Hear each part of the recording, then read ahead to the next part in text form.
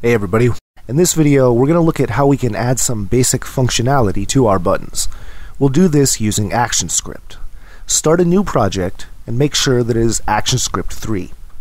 Press Ctrl F8 to bring up the Create New Symbol prompt. I'm going to create a button. I'll name it Green Button and make sure the type is set to Button. Press R to select the Rectangle tool and draw a rectangle on the stage. Then press V to select the Selection tool and click on the rectangle.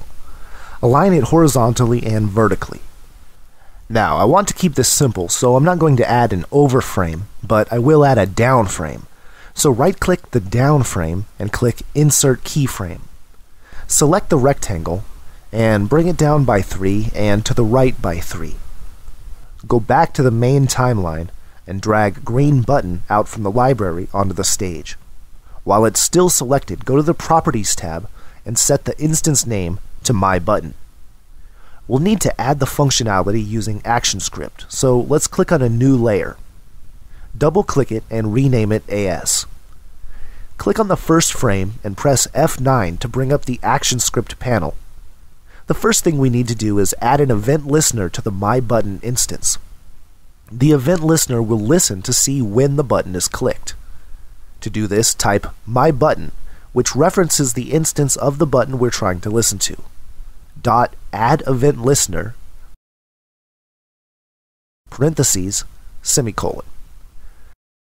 Inside of the parentheses, type mouse event.click, comma, on click. Okay, now let's break that down. My Button references the button. Add event listener does just what it sounds like. It adds an event listener that listens for an event. We need to specify that event though, and that's what we do with the first parameter, mouseEvent.click. The second parameter, onClick, is the name of the function that is run when this event fires off. So every time you click My Button, the onClick function will run. Next, we need to code the onClick function. So type function onClick. Now here, we need to reference the mouse event that occurs when we click on the button. To do that, we also need to include the class that allows us to reference that event. There are two ways that you can do this. You can either manually type in the import statement, or if you double-click mouse event here on this drop-down list, Flash will automatically add the import statement for you. Then we'll return void. Inside this function is what's going to happen every time we click My Button. Just to show you it works, let's output a message to the console. To do this, we'll use the trace function. The trace function takes one parameter, and that is the message you want to output to the console. Let's just put "You've clicked the button." Okay, so we go back to the main timeline and save our file.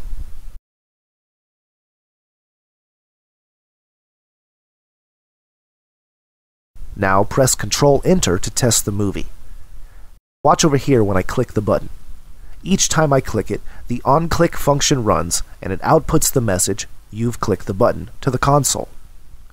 So that'll do it for this video. Thanks for watching. Please rate and subscribe, and I'll see you next time.